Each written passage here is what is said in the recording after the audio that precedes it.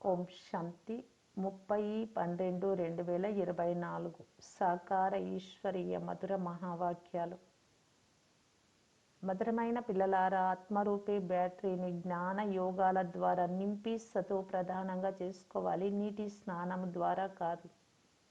ప్రశ్న: ఈ సమయంలో ఆత్మల అందరినీ అలమటింప చేసేది ఎవరు? ఎందుకు అలా అలమటింప చేస్తాడు? జవాబు: ఈ సమయంలో అందరినీ అలమటింప చేసేవాడు రావణుడు. ఎందుకంటే స్వయం రావణుడే దారి తప్పి తిరుగుతూ అలమటిస్తూ ఉన్నాడు. రావణుడికి తన స్వంత ఇల్లు ఏదీ లేదు. రావణుడిని ఎవ్వరూ బాబా అని అనరు. తండ్రి ఏమో పరంధామం నుండి తన పిల్లలకు ఆశ్రయం ఇచ్చేందుకు వస్తాడు. ఇప్పుడు మీకు మీ ఇంటి చిరునామా తెలిసింది, అందువలన మీరు వెతకరు. తండ్రి నుండి మొట్టమొదటే విడిపోయాము, ఇప్పుడు మళ్ళీ మొట్టమొదటి ఇంటికి వెళ్తాము అని మీరు చెప్తారు. ఓం శాంతి. మధురాతి మధురమైన పిల్లలు ఇక్కడ కూర్చొని బ్రహ్మలో వచ్చిన శివబాబా ఎలాగైనా మమ్ములను తమ వెంట తప్పకుండా జతలో ఇంటికి తీసుకువెళ్తారు అని భావిస్తారు. పరంధామం ఆత్మల ఇల్లు కదా, కనుక పిల్లలకు తప్పకుండా ఖుషి ఉంటుంది. బేహద్దు తండ్రి వచ్చి మిమ్మల్ని సుగంధ పుష్పాలుగా చేస్తున్నారు, అంతేకాని వస్త్రాలు మొదలైన వాటిని ధరింపచేయరు. దీనిని యోగ బలము లేక స్మృతి బలము అని అంటారు. టీచర్కి ఎంత గౌరవం ఉందో పిల్లలకు కూడా అంత గౌరవాన్ని ఇప్పిస్తారు. విద్యార్థులకు తమ చదువు ద్వారా ఏ పదవి పొందుతారో తెలుస్తుంది. మన బాబా టీచరే కాక సద్గురువు కూడా అయ్యారని మీకు తెలుసు. ఇది క్రొత్త విషయం. మన బాబా టీచర్ అయ్యారు, వారిని మనము స్మృతి చేస్తున్నాము. మనకు చదువు నేర్పించి లక్ష్మీనారాయణగా తయారు చేస్తున్నారు. మన అనంతమైన తండ్రి మనల్ని వాపస్ ఇంటికి తీసుకెళ్లేందుకు వచ్చారు. రావణుడికి ఏ ఇల్లు లేదు, రాముడికి ఇల్లు ఉంది. శివబాబా ఎక్కడ ఉంటారు? మీరు వెంటనే పరంధామంలో అని అంటారు. రావణుడిని బాబా అని అనరు. రావణుడు ఎక్కడ ఉంటాడు తెలియదు. రావణుడు పరంధామంలో ఉంటాడు అని అనరు. అక్కడ ఉండడు. రావణుడికి స్థిరమైన స్థావరమే లేదు, తిరుగుతూ ఉంటాడు. మిమ్ములను కూడా తిప్పుతూ ఉంటాడు.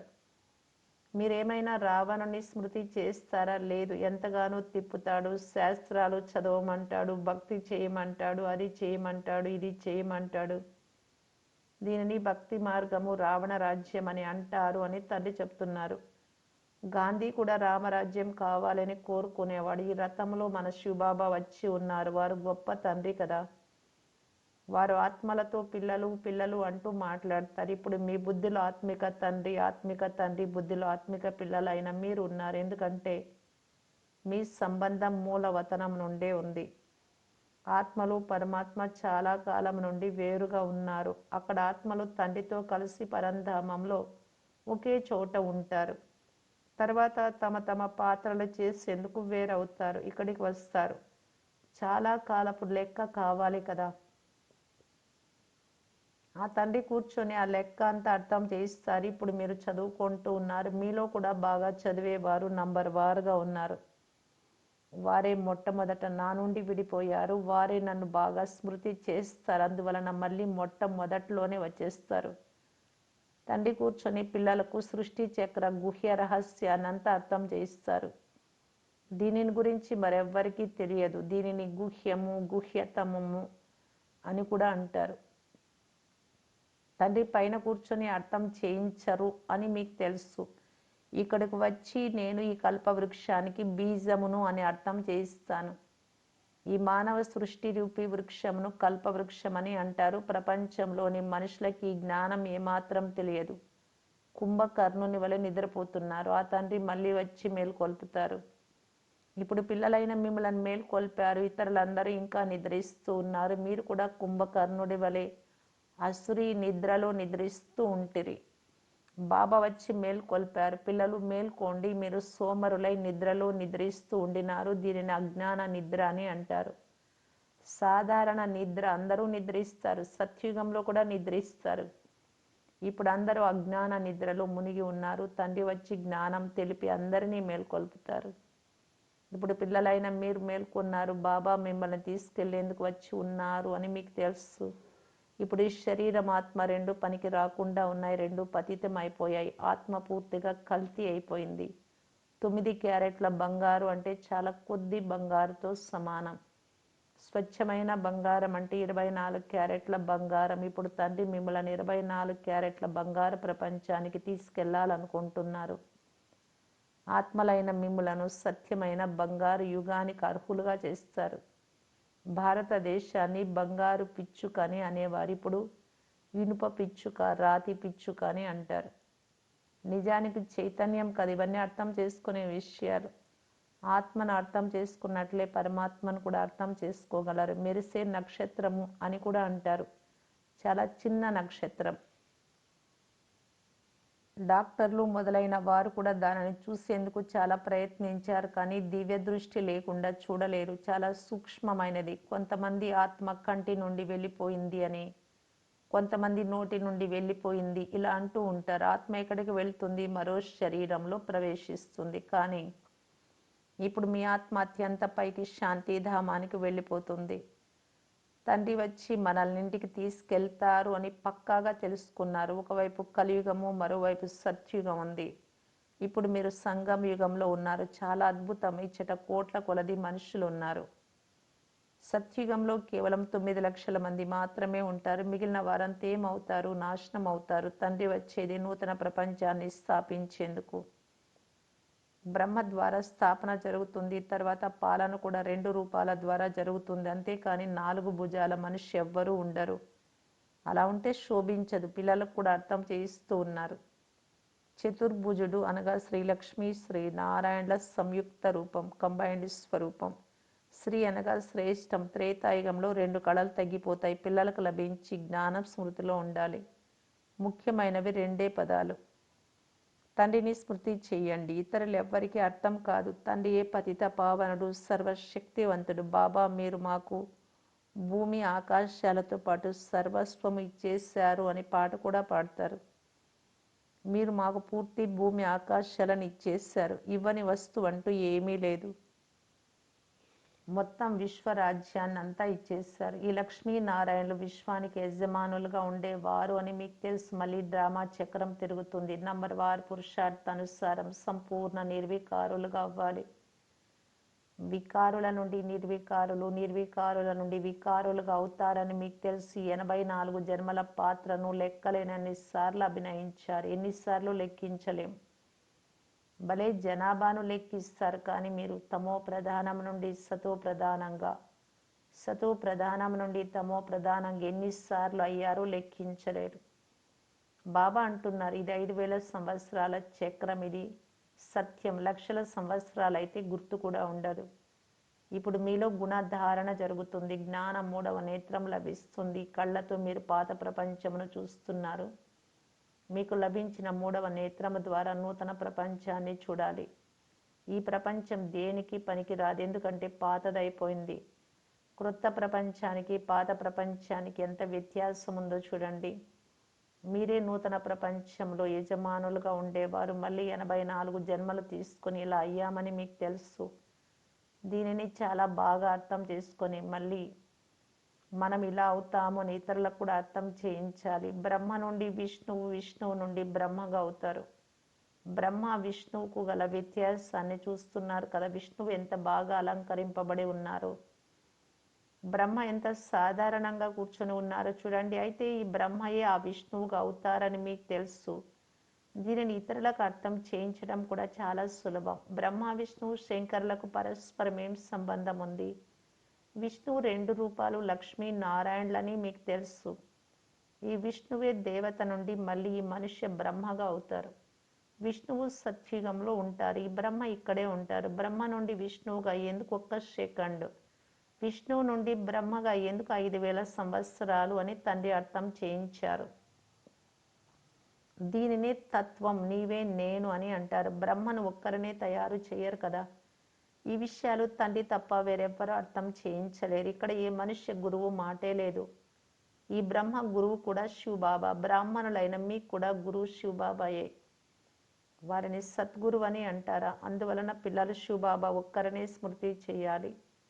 శివబాబాను స్మృతి చెయ్యమని ఎవరికైనా సులభంగా అర్థం చేయించవచ్చు. శివబాబా నూతన ప్రపంచమైన స్వర్గాన్ని రచిస్తారు. ఉన్నతాతి ఉన్నతమైన భగవంతుడు శివుడు. వారు ఆత్మలైన మీకు తండ్రి. అందువలన భగవంతుడి పిల్లలకు చెప్తున్నారు, తండ్రినైనా నన్ను స్మృతి చెయ్యండి. స్మృతి చేయడం ఎంతో సులభం. పిల్లలు జన్మిస్తూనే అమ్మ అమ్మ అని దానంతట అదే వారి నోటి నుండి వెలువడుతుంది. తల్లి తండ్రి వద్దకు తప్ప వేరెవ్వరి వద్దకు వెళ్ళరు. తల్లి మరణిస్తే అది వేరే విషయం. మొదట తల్లి మరియు తండ్రి, ఆ తర్వాత బంధుమిత్రులు వగైరా. అందులోనూ జంటలుగా ఉంటారు. చిన్నాయన పిన్నమ్మ ఇద్దరు కదా. కుమారి పెరిగి పెద్దదవుతూనే కొంతమంది పిన్నమ్మ అని, కొంతమంది అమ్మ అని అంటారు. ఇప్పుడు తండ్రి మీకు అర్థం చేయిస్తున్నారు, మీరంతా సోదరాత్మలు అంతే. మిగిలిన సంబంధాలన్నీ రద్దు చేస్తున్నారు. మనమంతా సోదరులము అని భావిస్తే ఒక్క తండ్రిని మాత్రమే స్మృతి చేస్తారు. తండ్రి కూడా పిల్లలు. తండ్రి అయినా నన్ను ఒక్కరినే స్మృతి చేయండి అని చెప్తున్నారు. ఆయన ఎంతో గొప్ప అనంతమైన తండ్రి. ఆ గొప్ప తండ్రి మీకు అనంతమైన వారసత్వం ఇచ్చేందుకు వచ్చారు. మాటి మాటికి మన్మనాభవని చెప్తున్నారు. స్వయాన్ని ఆత్మగా భావించి తండ్రిని స్మృతి చేయండి. మాటను మర్చిపోకండి. దేహ అభిమానంలోకి వచ్చినంతనే మర్చిపోతారు. మొట్టమొదట స్వయాన్ని ఆత్మగా భావించాలి. ఆత్మలైన మీరు శాలిగ్రామాలు. ఒక్క తండ్రిని మాత్రమే స్మృతి చేయాలి. తండ్రి అర్థం చేయిస్తూ ఉన్నారు, నేను పతిత పావనుడను. నన్ను స్మృతి చేసినందున ఖాళీ అయిన మీ బ్యాటరీ పూర్తిగా నిండిపోతుంది. మీరు సతో ప్రధానంగా అవుతారు. గంగలో జన్మ జన్మాంతరాలుగా మునుగుతూ వచ్చారు, కానీ పావనంగా అవ్వలేకపోయారు.